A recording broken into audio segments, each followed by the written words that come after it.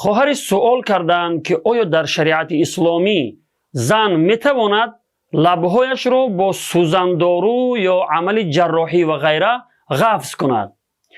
خلاصه جواب این است که زنی که لبهایش را به خاطر زیبا شدن قفز کند مرتکب گناه کبیره بوده در لعنت الله متعال گرفتار می شود، خواه برای شوهر خود کرده باشد یا برای مردان بیگانه.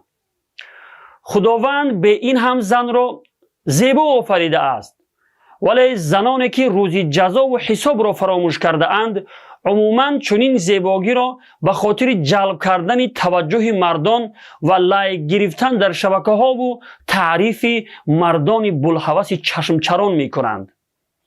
اگر به این خاطر باشد بی شک و شبهه گناه آن بزرگتر و بدتر می شود. علما و فقهای اسلام در این بابت می فرمایند که اگر قفز کردن لبها تنها به خاطر زیبا شدن باشد در تحت تغییر خلق الله داخل می شود که قطعا حرام و گناه کبیره است.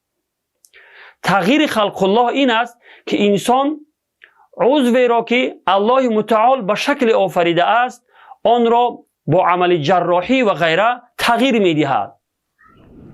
حرام و ناجایز بودن تغییر خلق الله در آیات و احادیث ثابت شده است.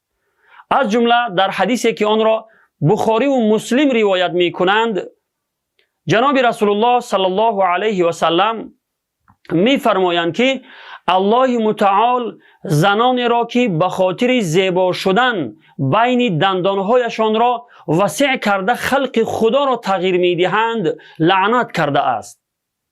خوب توجه داشته باشید. لعنت یعنی دور بودن از رحمت الله است.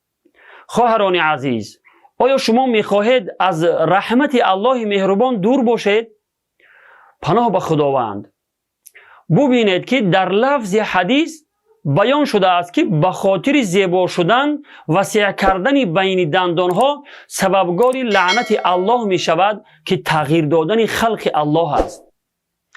پس شما چه گمان میکنید؟ آیا قفز کردن لبها برای زیبا شدن تغییر دادن خلق الله نیست؟ آیا این کار شما ناریزگی به قسمت الله نیست؟ گویا از شکل و قیافه‌ای که الله متعال به تو داده ناراض هستی و بدان که ناراض بودن به قسمت الله متعال این گناه خیلی بزرگ است. علما و فقهای امت نیز فتواهای مشخص خود را صادر کرده اند و همگی بر حرام و ناجایز بودن قفز کردن لبها به خاطر زیباگی فتوا داده اند. والله اعلم بالصواب.